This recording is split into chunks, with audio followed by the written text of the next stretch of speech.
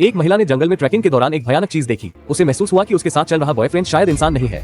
अजीब स्थिति में अन्ना पूरी रात सो नहीं पाई। वो केवल दिखावे के लिए शांत रहने का नाटक कर रही थी। फिर वो जल्दी से रेगो को समुद्र देखने वाली चट्टान के किनारे ले गई। उसने पहले बॉयफ्रेंड की शादी के प्रस्ताव को झूठा स्वीकार किया। फिर जब वो सतर्कता छोड़ चुका था, उसने अचानक उसे धक्का दे दिया। बिना किसी तैयारी के रेगो तेजी से गिरा और चट्टान पर मर गया। फिर भी अन्ना वहां रुकने की हिम्मत नहीं कर पाई और जंगल से बाहर भागने लगी। ऐसा लग रहा था कि अगर वो रुकी तो कुछ भयानक हो जाएगा। लेकिन पहले साथी के साथ लंबी पैदल यात्रा के दौरान बहुत गहराई में जाने के कारण बिना किसी आपूर्ति के वो एक दिन की दौड़ के बाद आखिरकार थककर जमीन पर गिर गई।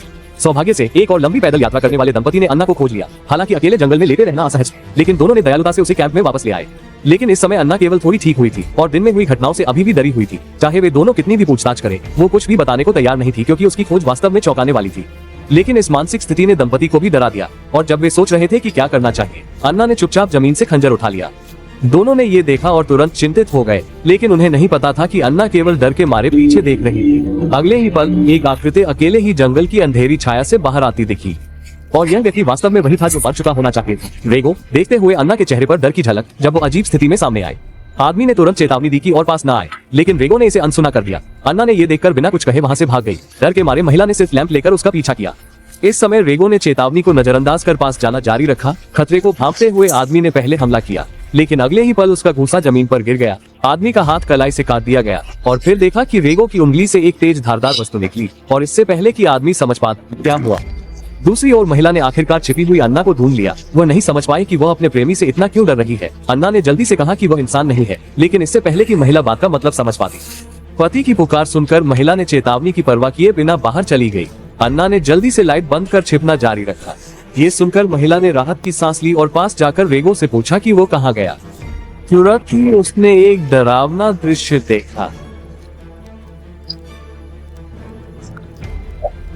महिला डर के मारे चिल्लाते हुए भाग गई, लेकिन डर के मारे वह भी एक हाथ की तलवार से गिर गई और अन्ना भी विरोधी की नाइट विजन से नहीं बच सकी। रेगो उत्सुकता थी कि उसने कैसे मेरी असलियत को भांप लिया। कल ही जब मैं चट्टान के किनारे दृश्य देख रही थी, रे ने अचानक प्रस्ताव रखा, जिससे बिना तैयारी के अन्ना को चिंता का दौरा